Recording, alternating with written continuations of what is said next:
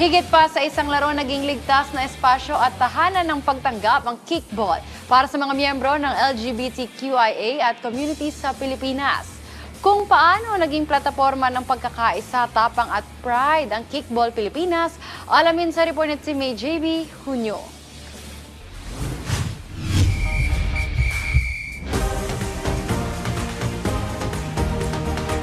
Sa loob ng kickball field, hindi lamang bilis at lakas ang nasusubok, kundi pati tapang na ipakita ang tunay na sarili. Iyan ang kwento ni Naresti Sky Seidel at Harvey Antonio bilang mga miyembro ng LGBTQIA+ community na kabilang sa Kickball Pilipinas. Ang laro ay higit pa sa palakasan. Ito ay isang komunidad na nagbibigay halaga sa pagkakaiba at pagkakapantay-pantay. Ayon kay Sky at Harvey, malaking bagay ang pagkakaroon ng isang espasyo kung saan hindi sila hinuhusgahan, kundi tinatanggap at sinusuportahan. Kickball is not different in any sports. It's like kung paano lang yung mga coaches, kung paano lang nila i-treat yung people. Same way lang, wala namang pinagbago when it comes sa gender, ganun. So yeah, equal naman kami lahat.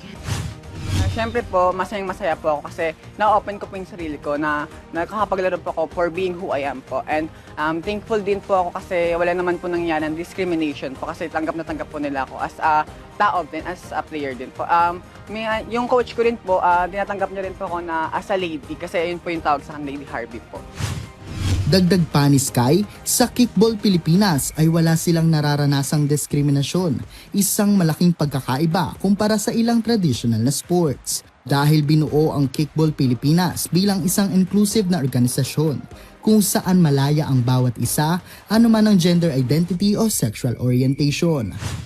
Siguro it depends na lang din sa sarili mo. Even though, yeah, part ka ng LGBT. So, kailangan kapag part ka, syempre, di mawawala yung discrimination sa every part ng mga sports. Kailangan ipakita mo lang din kung ano yung kaya mong gawin at nakaya din nilang gawin.